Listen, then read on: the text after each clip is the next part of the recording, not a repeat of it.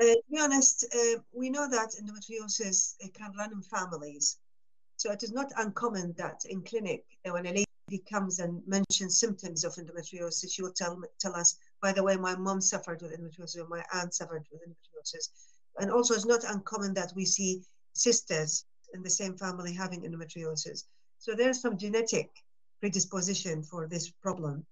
Nobody understands why, but there are some theories which can let us possibly understand why endometriosis happens in certain group of ethnic backgrounds and doesn't happen in others.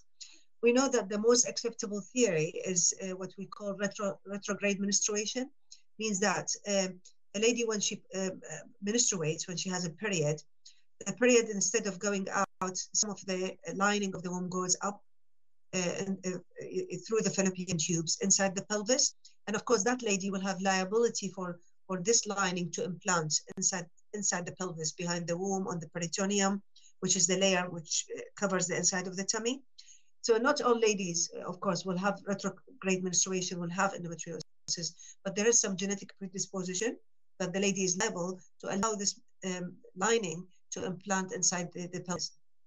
So there is most probably some genetic disposition in certain families or certain ethnic backgrounds that they will have liability to have endometriosis. And of course, delaying childbirth, which happens mainly in the Western world, that's why we see a lot of endometriosis at early stage, whereas in countries where